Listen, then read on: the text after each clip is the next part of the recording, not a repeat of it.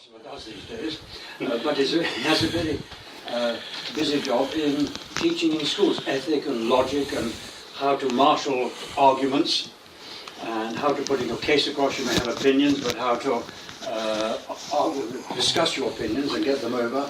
So it's a lot of philosophy and logic and ethics in his work in schools and universities. So very welcome, Peter. Thank you very much. Up in Southampton for us. And interesting topic. I'd never heard of this sort of before, but I mean, he suggested, well, what about that? So that's still wonderful that I'll hand over to you.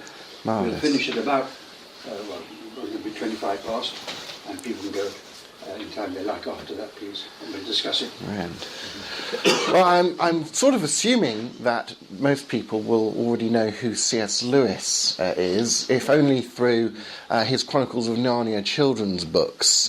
But he's also, apart from that, very well known as a Christian apologist. That is someone who makes public arguments in defence of Christianity being true and rational and all of that.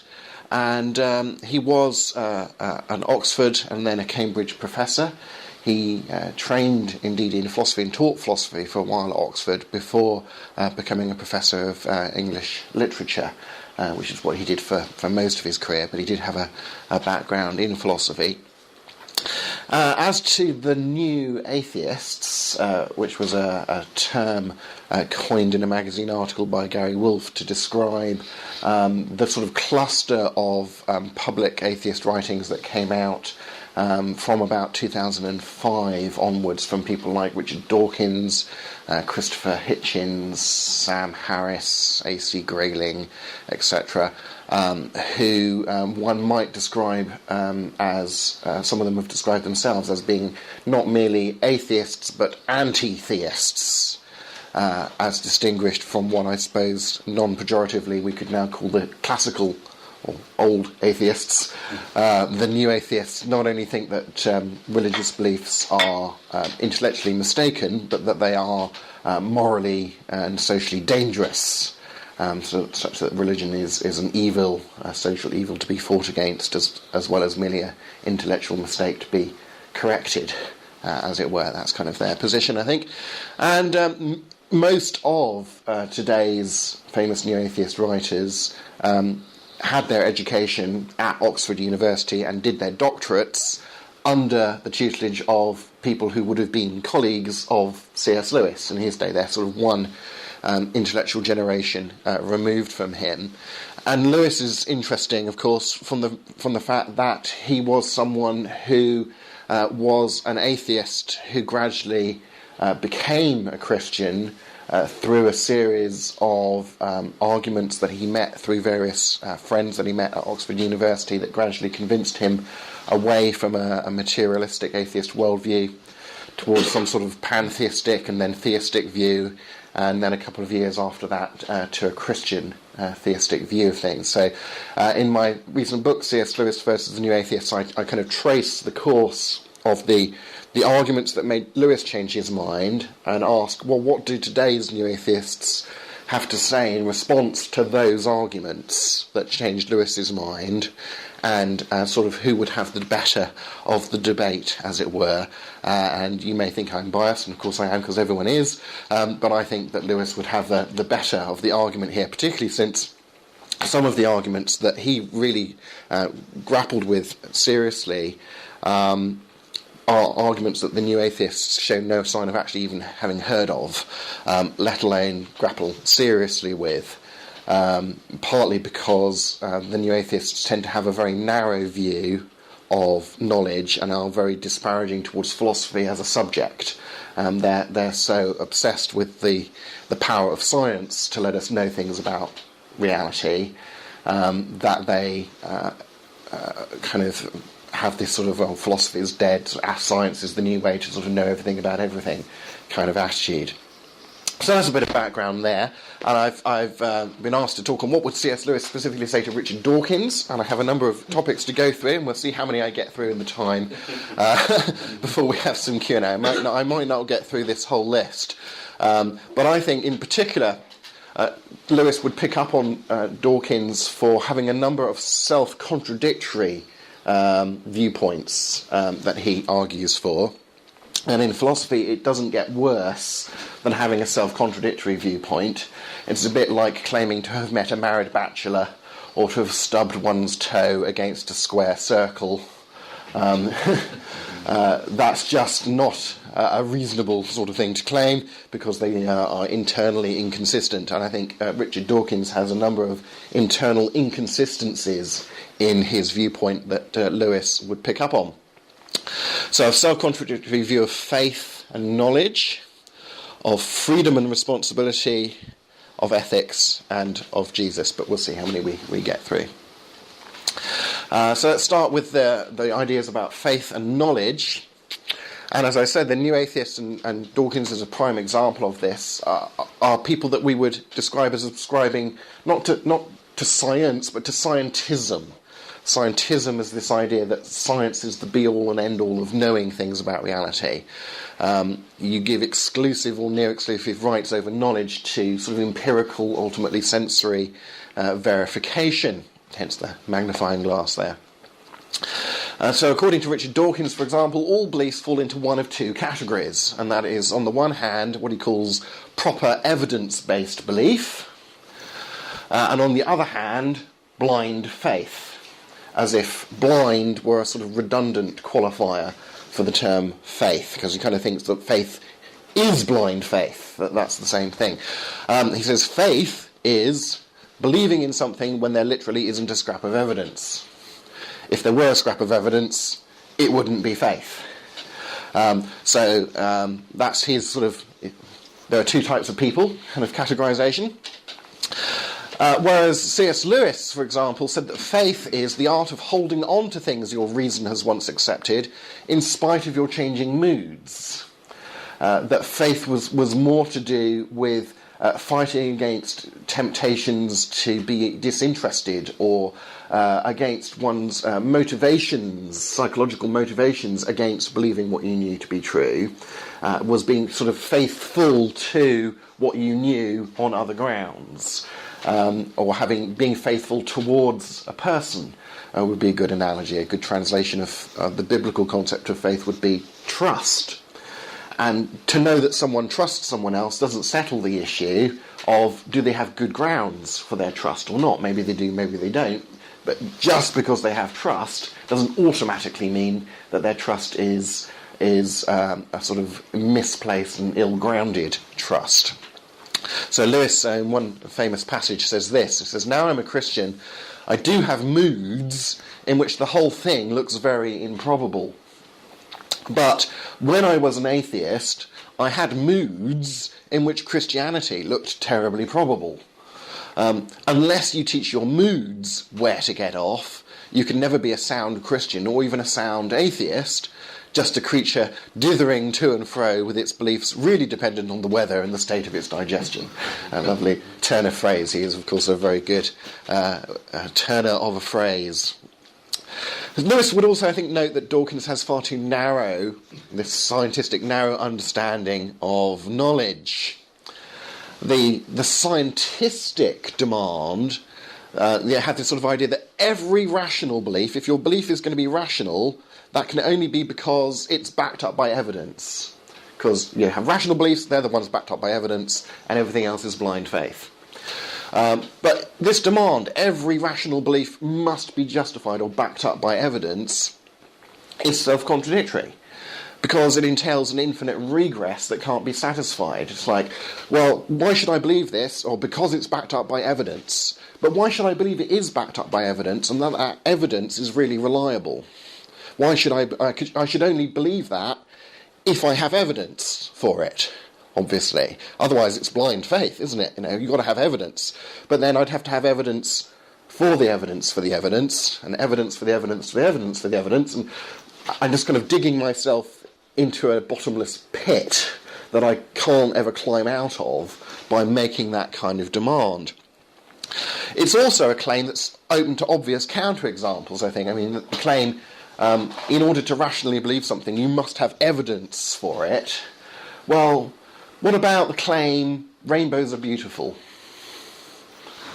I just look at a rainbow and go, that's beautiful. Do I need evidence for it beyond just the experience of it? Or the claim, torturing small children just for fun is wrong. I think I know that, but is it something that I know because I've got evidence for it? Indeed, it would seem to be the sort of thing, moral claims, that you can't have scientific evidence for. Science will tell me if I put lots of arsenic in Aunt Mabel's teapot this afternoon, I'll stand a good chance of inheriting her country estate relatively soon, But no amount of science or empirical investigation will tell me whether or not that's a nice thing to do, whether I'm obligated to do it or not, So it just seems obvious that there are things that we do know, even things that you need to know in order to do science, such as the laws of logic are reliable, and you should use the laws of logic when arguing. But there's an instance of something not only that you know without science, but you cannot argue for. You can't argue for the idea that the laws of logic are reliable, because any argument you gave for that conclusion would have to assume the laws of logic in the process of producing an argument for it. So you'd be arguing in a circle and begging the question, and that's frowned upon. But nevertheless, I know that the law of non-contradiction is true. It's just obvious.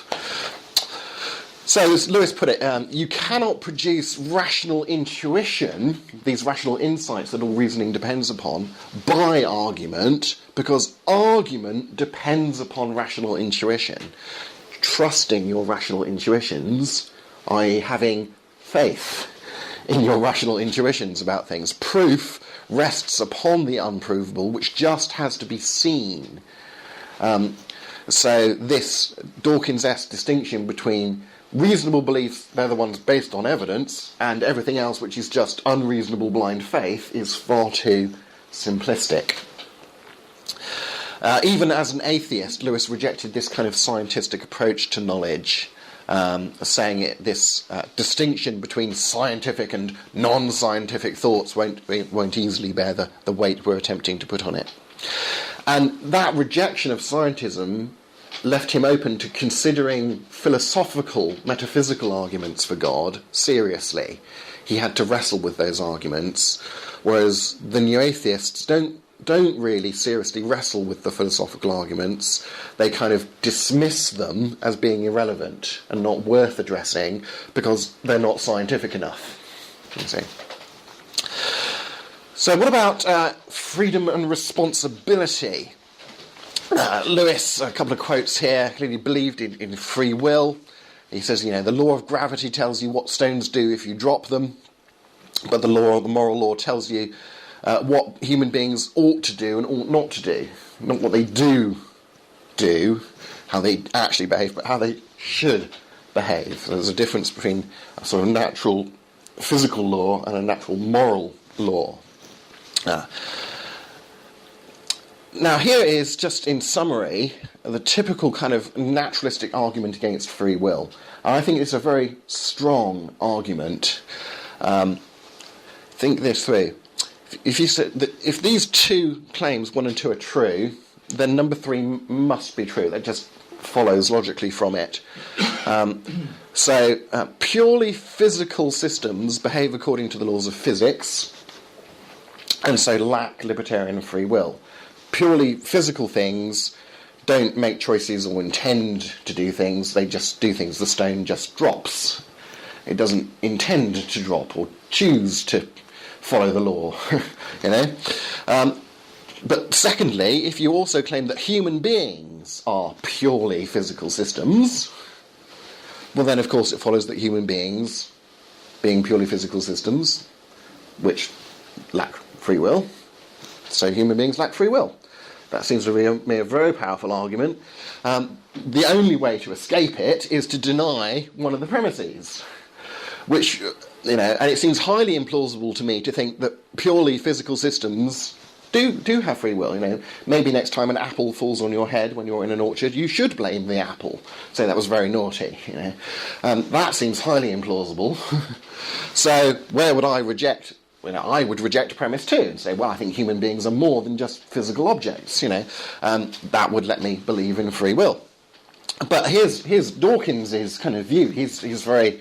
I'm going to at least praise Dawkins for sort of consistently working through his worldview assumption, and he'll say things like this, human brains, though they may not work in the same way as man-made computers, are as surely governed by the laws of physics. So isn't the murderer just a machine with a defective component?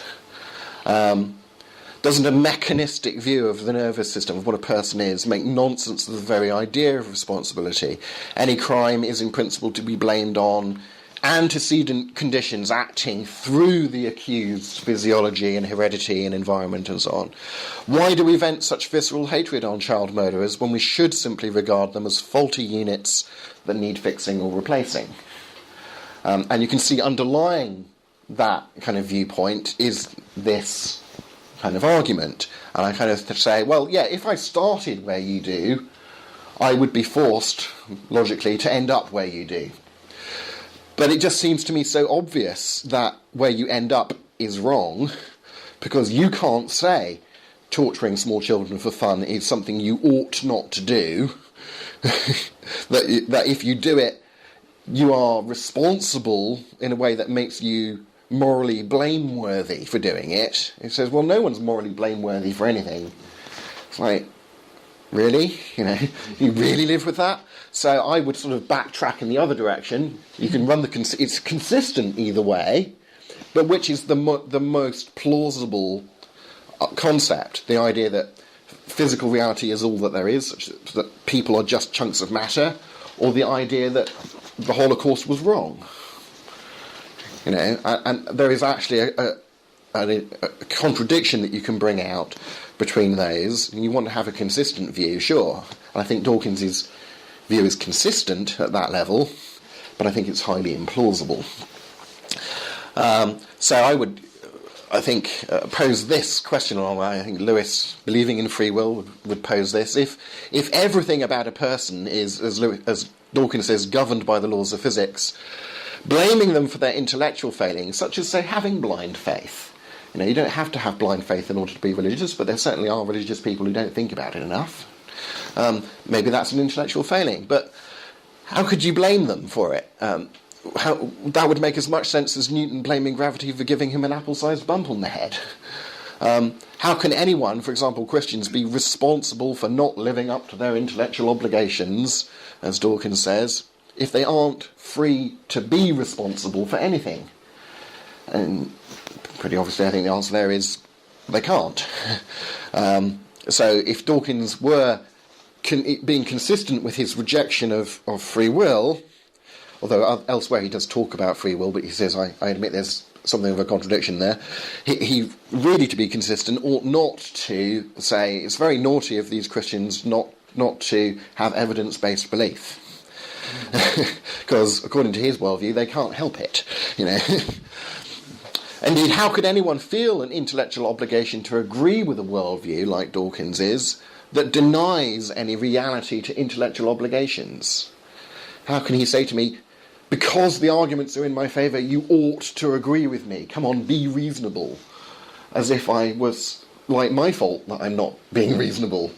But according to his view, nothing's my fault. So how does he square that circle? On ethics, again, you can see how this then shaves into ethics. Dawkins is a constant moraliser, especially against the evils of religion, and of course there are plenty of evils of religion. It's just that actually people are evil, and whether they're religious or not do nasty things.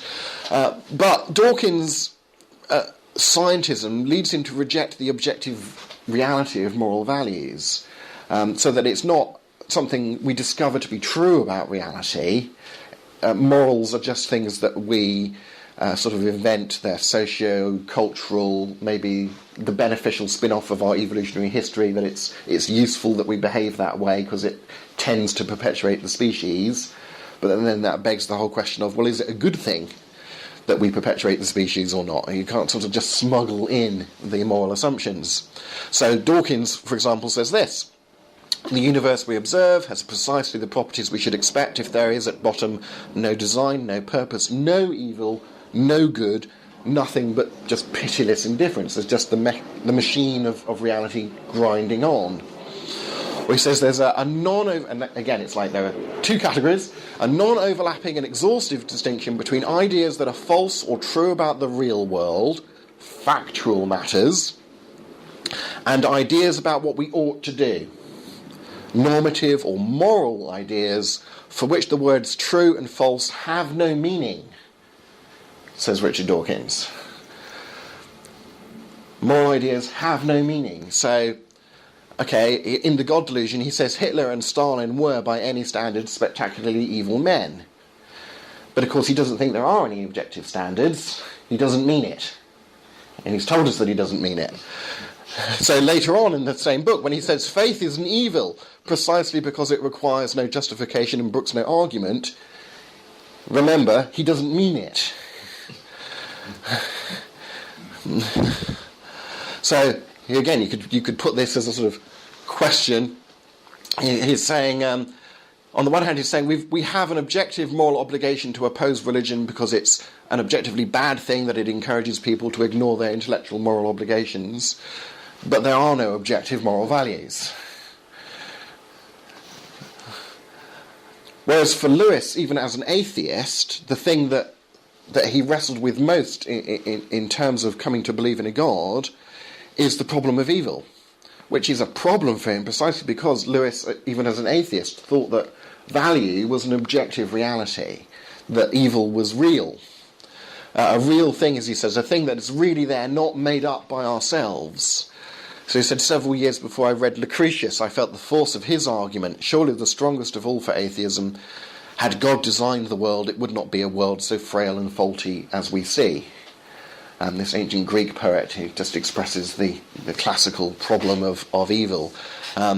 If there was a God worthy of the name, he really shouldn't allow this, but it is here, so there can't be any God worthy of the name. But that whole argument, as Lewis came to see, depended upon thinking there really was objective value, things that you would want to claim, God really shouldn't do that. That really is a bad thing. And as soon as you say, well, that nothing's objectively good or bad, your whole foundation for the argument sort of collapses. He says, if nature, says Lewis, if the space-time matter system is the only thing in existence, then of course there can be no other source for our standards. They come from the system. They must, like everything else, be the unintended and meaningless outcome of blind forces. All that we say about nature read in tooth and claw is quite inexplicable on the theory that we are simply natural creatures. If this world's the only world, how did we come to find its laws either so dreadful or so comic? If there's no straight line elsewhere, how do we discover that nature's line is crooked? What's the standard that we're appealing to when we're saying this reality falls short of what should be? If the only reality there is this one, and this is where we get our standards from, how come we are able to sit in judgment over the system? So he's really arguing, look, if metaphysical naturalism is true, then nothing is objectively evil. And Richard Dawkins, notice, agrees with that premise.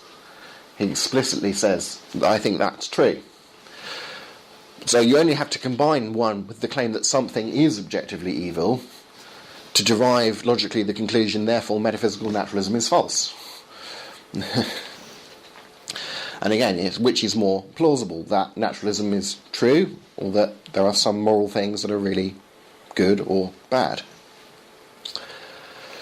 I think I've run out of my allotted time, so I will not simply sweep on through. I will give you a reason to go onto Amazon and purchase a copy of my book. And it is available on Kindle, yes, even cheaper on Kindle from Amazon. And there's a chapter on there about Lewis's famous lunatic liar lord, sometimes called trilemma argument, and how people like Dawkins fail to really respond to that argument. But you can ask me questions about it, but I'm not going to steamroll it on through our question time. So. Can you explain a couple of words again? Sure. About metaphysical naturalism. What did you mean? I missed out on. Okay. So you usually add the term metaphysics just means beyond physics, So physics is the study of how the basic constituents of the material reality work. Metaphysics is the philosophical discipline that asks questions about what is the nature of reality. So would Dawkins agree that there is such a thing as metaphysics? He might give a sort of begrudging acknowledgement to metaphysics. It's just that he would think the way to answer those questions is actually by using scientific methods, and that if you think you can justify your answer to your metaphysical questions through non-scientific means, he would look down on that. He would think, well, science, because it has answered so many other questions, it's shown itself to be reliable in a whole sort of swathe of previous cases, we should rely on that for everything. I think that would be his basic attitude there. A new atheist like Peter Atkins is even more extreme. Peter Atkins, chemist from Oxford Uni, and he would really say, philosophy is useless, is dead. Science is the only way to know anything. Philosophers are just a waste of space.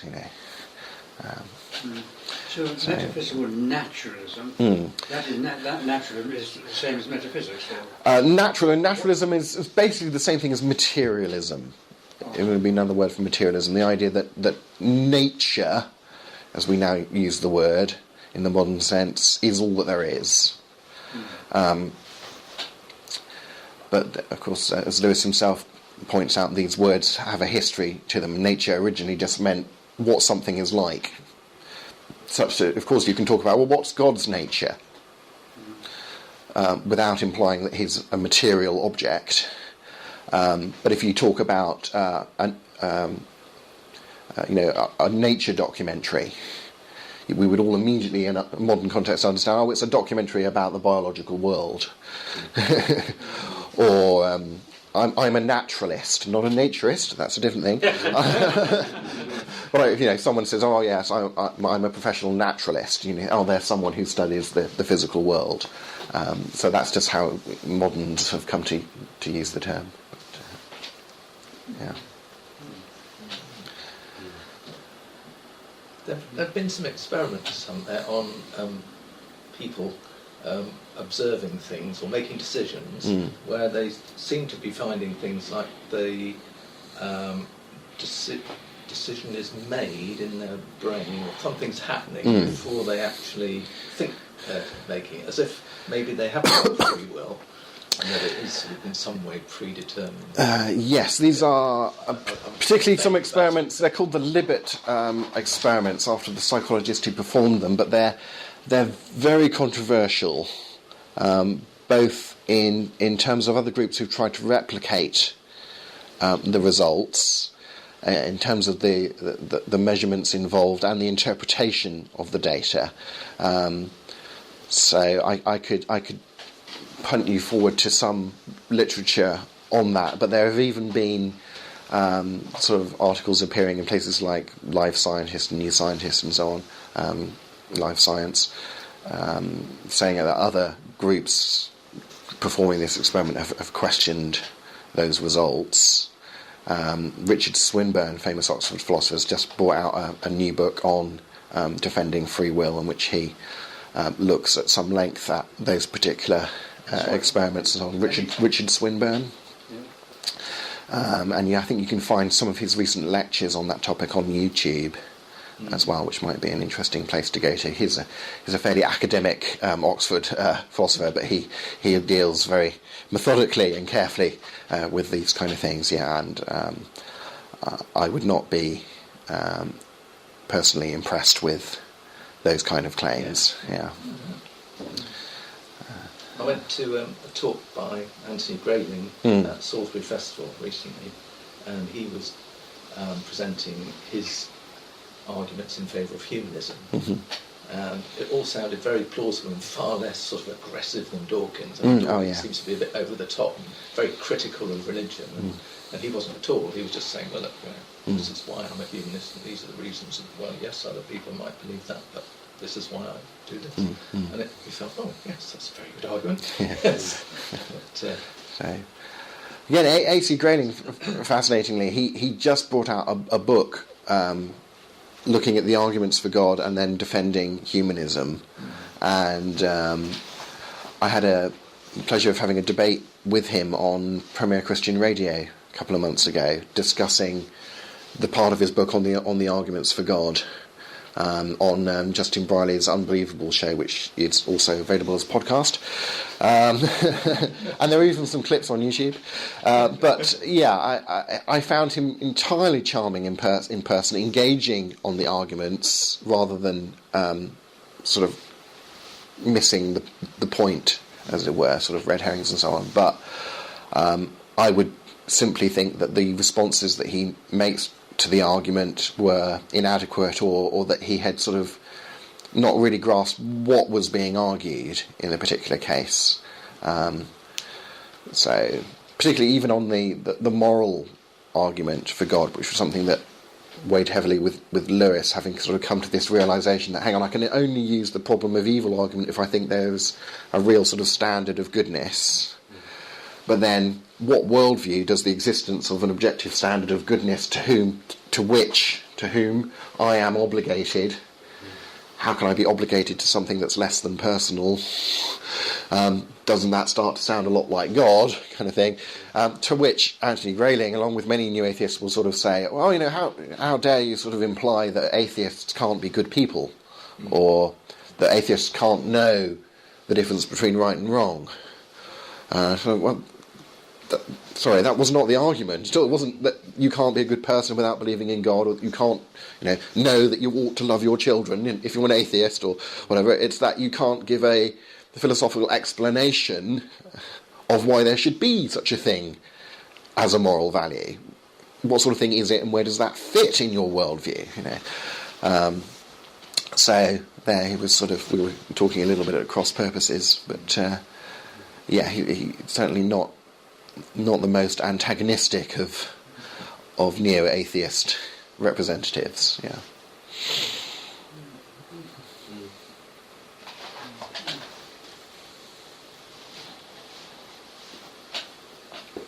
Well, I think you've left us fairly stunned. Or stretched. Thank you very much, Peter. Pleasure. Thank you very much. Yes. Thank you for breakfast. For opening up some fresh avenues for us. And I found it fascinating. you may have noticed I'm recording for podcasting, so I should mention to all of you, in case you want to say, I definitely don't want my voice online. I only broadcast my talk rather than the Q&A. I'm happy to do that if anyone wants to say that. But then you can look up online on iTunes, for example, or the Damaris website that I work for, the Damaris Trust, and Peter S. Williams' podcast, and this and other talks of similar ilk are available. Well, sorry, you're a smaller group than you normally. That's fine. It's very affable to just pop up to Winchester Saturday morning, have breakfast in the garden, meet some new people. Very nice. Yeah. It's interesting, isn't it? Because there seems to be quite an interesting confluence between the sort of physical world and trying to derive arguments about what's right and wrong from that, and also the moral world and how you go about defining that. I mean, we're all used to the world of physics sort of describing things in a very sort of small, self-contained system. But, that doesn't sort of seem to actually describe our sort of, our moral thought processes about what's right and what's wrong. And it seems to be that, I think you pointed out sort of fairly well, if you try and sort of combine sort of two ideas and two sort of statements, and you try and put them together, then you end up with something which is a non sequitur. And I think it's an interesting sort of argument that's come up there, and you sort of wonder, well, what's Dawkins' view on a sort of moral code, and how would he go about defining one? Yeah, well, it's very interesting because he says, he's a passionate Darwinian, but he says, of course, that doesn't entail social Darwinianism. It doesn't entail the idea that we all ought to live according to the law of the jungle. He says it's very against that idea, and that we should sort of rise above our evolutionary origins, although he doesn't sort of say how we do that, or where we get the standards from by which we make those judgments. It's just sort of... indeed, he says, were someone to come into my house and sort of burgle me, he actually says I would be hard put to have an argument with them that was wrong. I would simply say to them, you can't get away with that in this society, and call the police. Which sounds very much like the law of the jungle. That's like might makes right. You can't get away with that. Well, what if they could? He sort of admits that he doesn't have a basis for making that sort of argument upon. And he says he sort of seems happy enough to say, well, we don't have to live according to the law of the jungle just because that's the way that we've come about.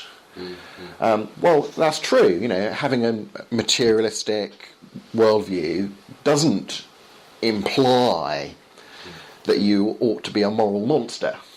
But then it doesn't imply that you ought not to be a moral monster. It doesn't imply anything, ethically speaking. And I think that's the difficulty. It's not that the moral argument is saying, atheists will be worse people than people who believe in God, or won't be able to behave nicely, or anything. It's really this question of, well, are there, when we talk about clear examples, of course there are hard cases, but when we talk about clear examples of moral statements, are they just things that we have invented, as it were, or are they really things that we've discovered?